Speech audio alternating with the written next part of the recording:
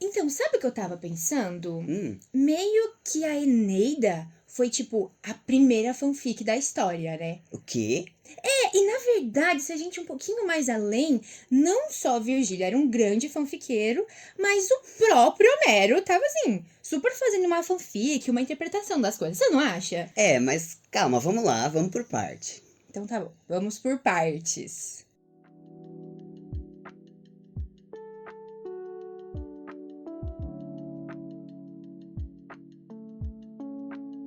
Seja bem-vindo ao Homero Pop, o seu podcast de cultura, mitologia e literatura com uma pitada de mistério histórico e, claro, um toque de polêmica. Esse podcast é parte de um projeto de extensão universitária realizado por alunos do curso de Letras da Universidade de São Paulo. A nossa proposta é trazer à tona as influências homéricas de um jeito diferente, com bom humor, leveza e sem aquela vibe acadêmica que às vezes pesa. Eu sou Ana Laura. Eu sou o Eros e hoje vamos navegar pelos mares da internet até a Ilha dos Fandoms, comunidade de fãs, quem são, o que comem, como vivem e onde habitam. E afinal, o que isso tem a ver com a antiguidade clássica? Então, me explica um pouco o que seria essas coisas de fandoms, fanfic que você falou antes, que Homero supostamente é. Mas quem que não sabe o que é uma fanfic em pleno 2025? É, nem todo mundo é cronicamente online, né? Vamos lá. Tá bom, tá bom. Então vamos lá. Fanfic vem de um termo inglês que literalmente significa ficção de fã. Ou seja, consiste em uma história criada, uma narrativa baseada em alguma outra produção, seja ela literária, cinematográfica ou, enfim, alguma produção artística que as pessoas idolatram e gostam de acompanhar. A partir disso, elas criam então outras histórias, criam às vezes personagens dentro desse outro universo e vai se formando uma comunidade que é conhecida como fandom, que é justamente a comunidade de fãs, que produzem outras coisas como comics, animatics, edits, fanfilms, cosplays. E por que é tudo em inglês? Então, é porque o fandom é uma coisa assim que não tem exatamente uma fronteira, sabe? De fato, a gente tem todos esses termos e às vezes até confunde um pouco a nossa cabeça, mas é porque são comunidades internacionais. Então acaba que a língua inglesa é a forma que é encontrada para as pessoas se comunicarem, se entenderem assim. Então não tem uma demarcação de espaço quando a gente tá entrando nesse universo dos fandoms e das criações de fãs.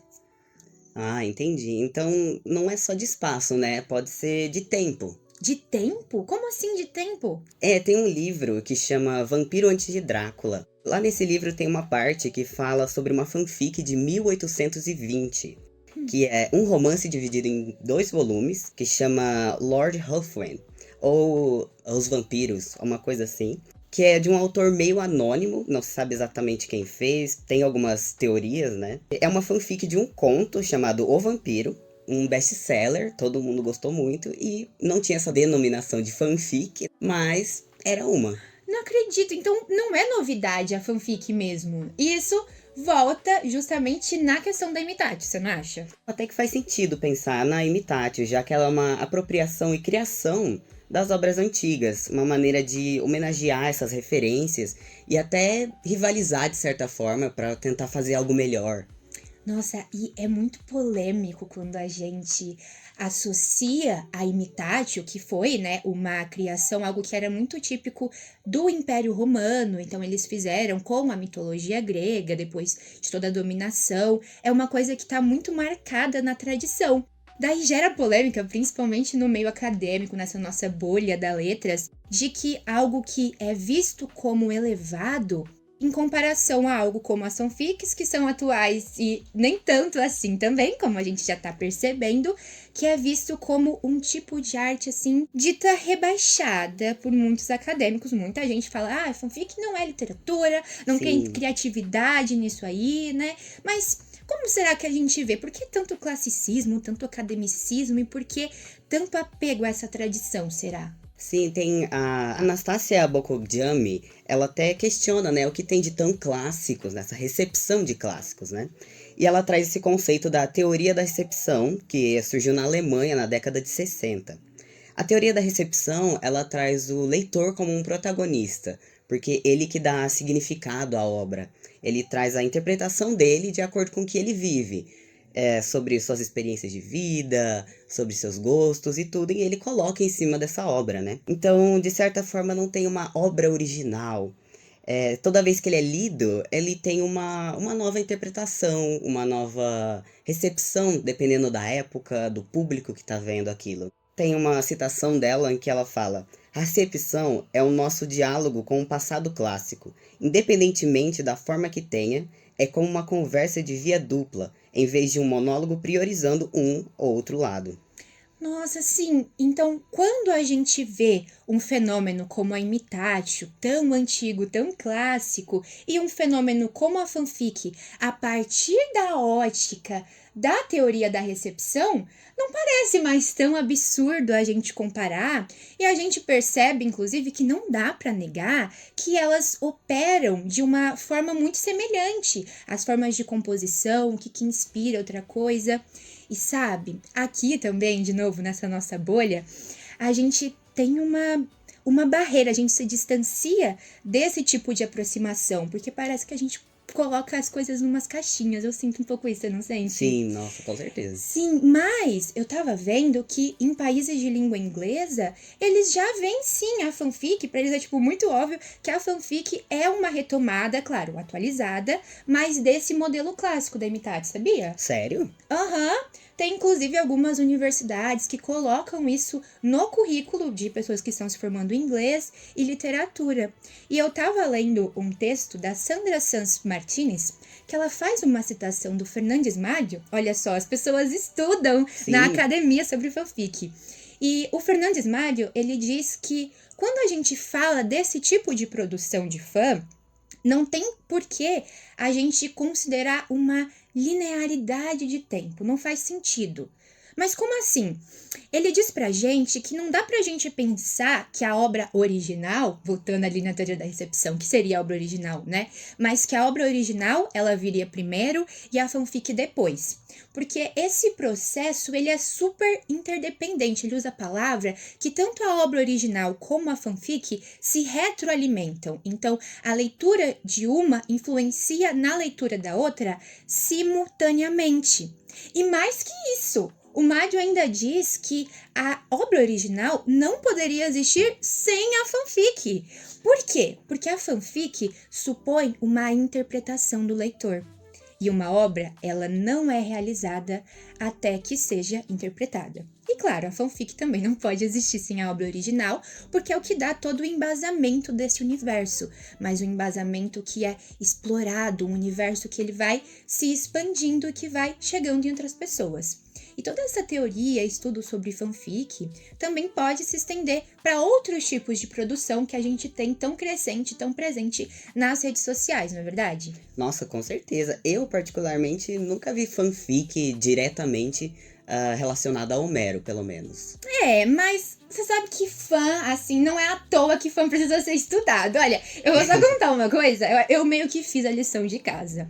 Tem uma ferramenta aqui para os nossos ouvintes que não conhecem, que se chama carinhosamente AO3. É um site, uma plataforma global chamada Archival for On, que significa arquivo nosso, e essa formulação em inglês reforça muito a ideia de ser nosso, né? Então repete, meio que nosso. E nessa plataforma, a gente tem, tipo assim, milhões de produções de fãs. E dentro dessas milhões de produções de fãs, nós temos 1.722 que dizem referenciar diretamente a Odisseia de Homero e 2.400 que referenciam diretamente a Ilíada de Homero. Então, literalmente, gente, fanfic sobre Homero.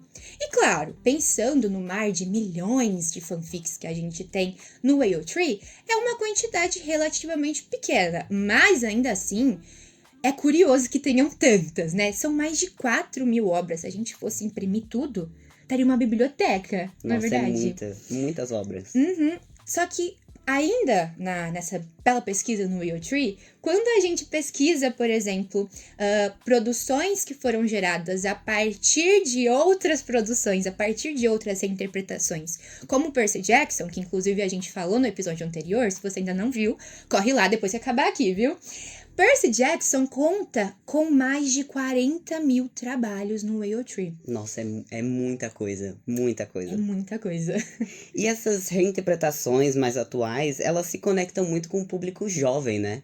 Sim, e tanto que tá assim, super em ascensão, atingindo cada vez mais pessoas através do TikTok, um musical que ainda não tem uma montagem para palco, mas já tem todas as músicas, os conceitos e as criações que os fãs vão fazendo por cima, né? E tá atingindo muitos corações pela forma com que conta a história da Odisseia. Nossa, você tá falando de Epic? Ai, claro que eu tô falando de Epic, você já ouviu? Claro que já. Nossa, e será, vocês ouvintes, vocês já ouviram Epic? Conhecem no que consiste? Pra quem não conhece, o Epic Musical é uma produção de Jorge Riviera Herans, que começou como um trabalho de faculdade, tipo um TCC, que foi compartilhado nas redes sociais e muita gente foi acompanhando esse processo criativo dele, né?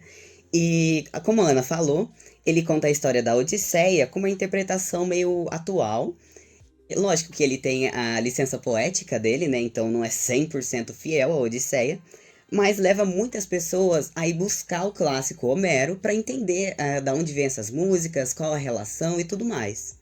Nossa, juro, eu acho o máximo isso, porque mostra justamente a existência desse diálogo que a gente está defendendo. Eu acho que é um ótimo exemplo. Quem ouve Epic, o musical, e depois vai ler a Odisseia de Homero, já vai ter uma interpretação que é influenciada pela interpretação do musical. Assim como quem vem a ouvir o musical também depois de ter lido a Odisseia, como foi meu caso, inclusive.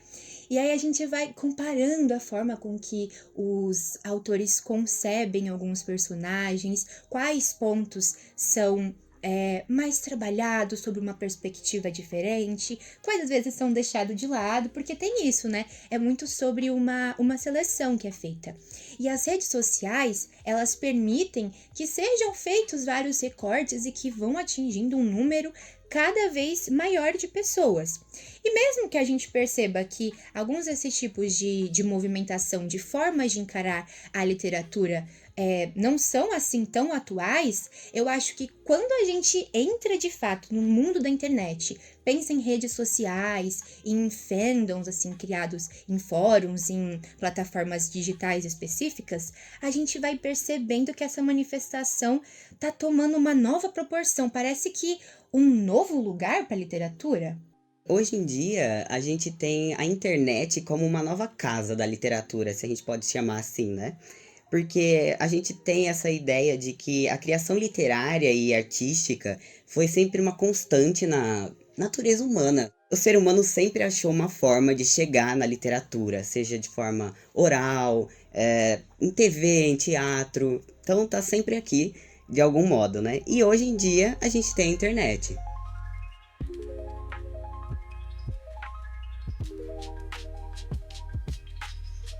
E nesse sentido, os fandoms, né, eles se formam a partir de uma identificação com a obra e gostos em comum entre as pessoas, né?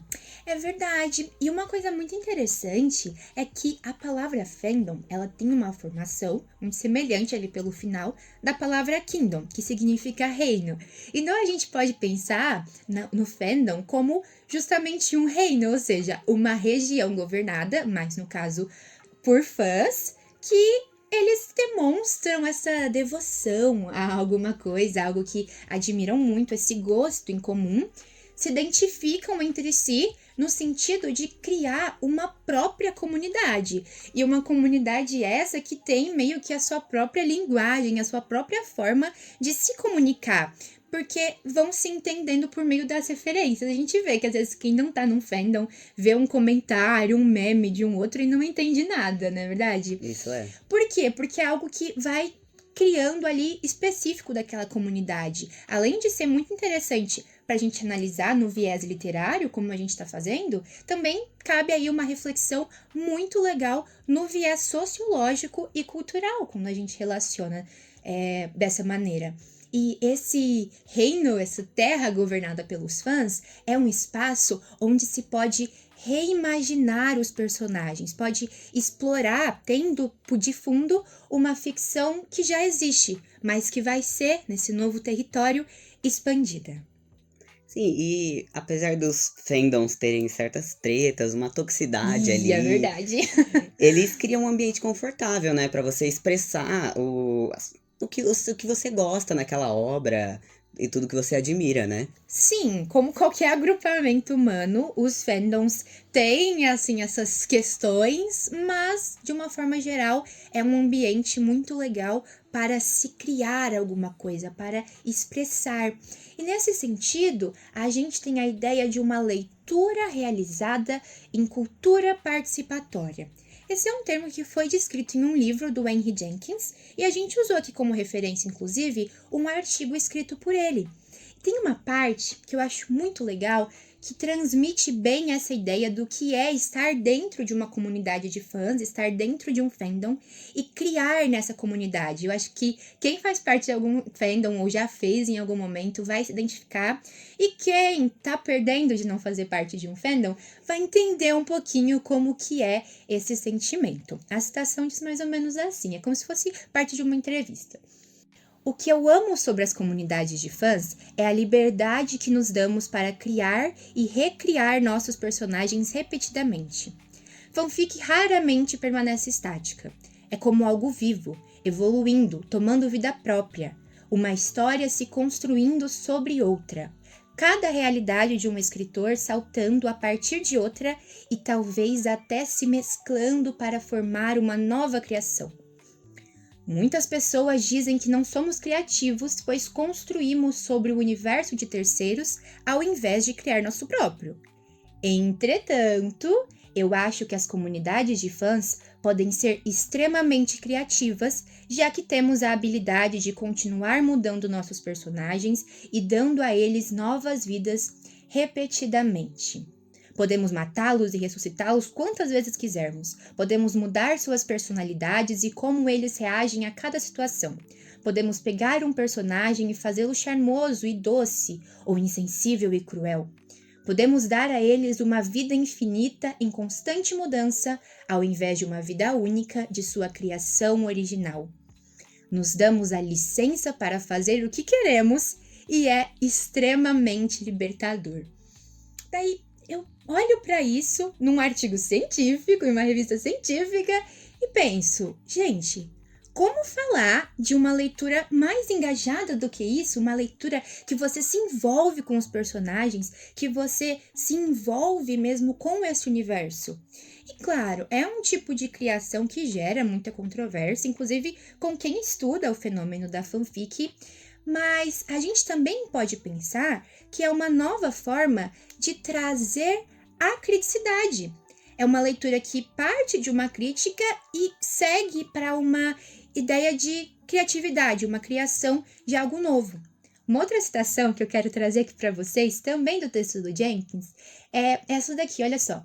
Histórias de fãs não são simplesmente extensões ou continuações da série original. Eles estão construindo argumentos por meio de novas histórias ao invés de ensaios críticos. Apesar de um ensaio literário geralmente responder ao seu alvo em uma forma não fictícia, fanfiction usa ficção para responder à ficção. E aí, nesse sentido, a gente vai formulando a ideia de uma leitura criativa, uma forma nova, uma forma diferente de conceber e encarar a literatura. Eu, sinceramente, acho isso muito lindo e pode ser muito produtivo, você não acha, Eros? E nessa nova forma, né, de entrar em contato com a literatura, funciona muito como um projeto pedagógico. Um projeto pedagógico, tipo assim, de ensinar as pessoas a partir da fanfic? Sim, por exemplo, eu vi em livros didáticos na licenciatura que já tem a fanfic dentro dos seus materiais didáticos, mostrando o que é e que é uma coisa real e é produzida. Então, não excluir a fanfic como um tipo de criação literária importante, contemporânea, né? Acho que agora eu tô entendendo, assim, melhor o que você quer dizer. E no artigo do Jenkins, ele traz uma proposta também de utilizar o olhar de fã, ao invés de uma teoria tradicionalista da análise da literatura, o olhar de fã que se engaja, né, Sim. com isso. É interessante ver essa perspectiva, essa comparação, né, que a gente pode fazer, que é a análise acadêmica e analisar isso como um fã. Porque quando você analisa como um fã, é um outro tipo de engajamento, é uma outra dedicação que você tem, né?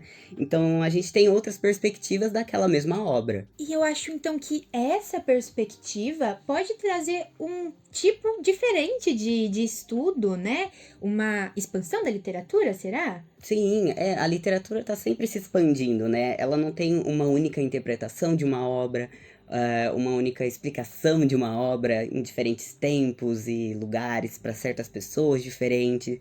Vai se expandindo realmente muito. A gente vai descobrindo mais coisas vendo uma obra, a gente encontra outras obras dentro de uma obra. É verdade, um grande esquema de pirâmide, né? Sim, é exatamente o esquema de Igual o pirâmide. fandom. O fandom é, tipo, muito um esquema de pirâmide. Você entra em um, quando você vê, você já tem referência de outros 5. Mas é tipo um efeito dominó de referências, né? A gente vai vindo de, por exemplo, Epic, a gente tá vendo um musical, e a gente vai chegar até Homero, uma obra clássica muito antiga, e muitas pessoas estão indo ler essa obra pra entender, né, essas músicas e tudo mais. Total, é uma nova forma de se aproximar dos clássicos da grande literatura mundial. Exatamente. E você, ouvinte, o que que vocês acham sobre essa abordagem acadêmica e essa abordagem de analisar uma obra como um fã? Vocês acham que elas podem se igualar, uma é melhor que a outra? Ou não tem isso, as duas são válidas? Deixe a gente saber sobre isso nos comentários.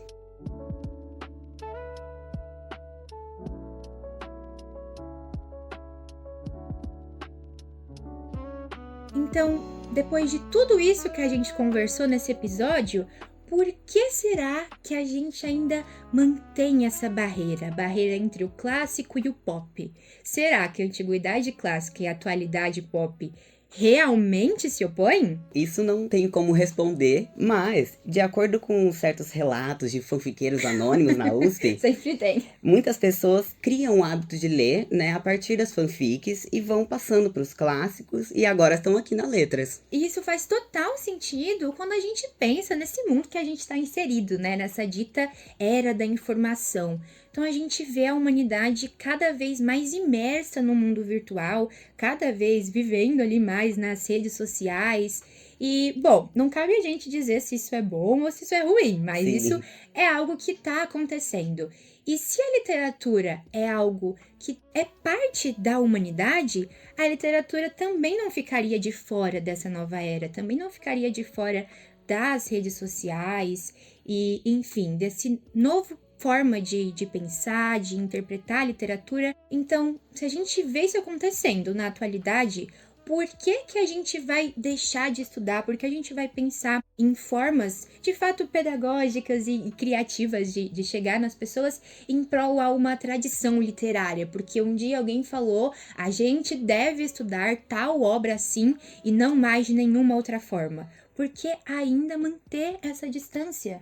Exatamente. E a produção de fanfic, ela é muito incrível, porque as pessoas produzem literatura puramente por paixão e por querer compartilhar com outras pessoas essa paixão também, para se identificar e tudo mais. Nossa, é verdade. Dessa forma, a gente retoma ali aquela ideia de uma comunidade, de uma criação, assim, mais coletiva, né?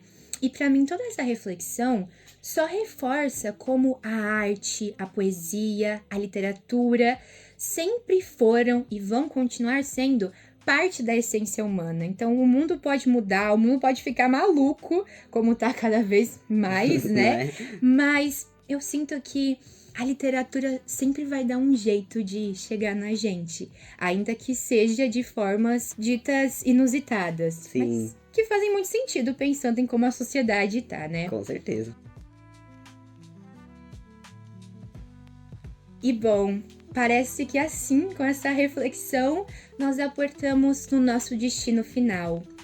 Esperamos que vocês tenham aproveitado a nossa odisseia e que, de alguma forma, o Homero Pop tenha trazido algo novo para você, querido ouvinte. Esse é o último episódio do Homero Pop, mas não significa que o debate sobre clássico e pop pode morrer aqui. É verdade, se a gente pensar, nem o Homero morreu, né? Então, Parece que ele fala coisas novas a cada dia, sempre tem algo novo pra gente descobrir e interpretar, a partir das formas com que isso é retomado, reinterpretado e a partir das atualizações que nós fazemos da literatura clássica. exatamente, esse é de fato um assunto que rende muita reflexão. Mas lembrando que, como sempre, a bibliografia utilizada no episódio está disponível na descrição, e para quem quiser se aprofundar, ela está aí disponível. Então nós vamos ficando por aqui, mas a voz de Homero ecoa desde a antiguidade. Então, dessa mesma forma, nós esperamos que o Homero Pop também continue ecoando, e não apenas nos seus fones de ouvido,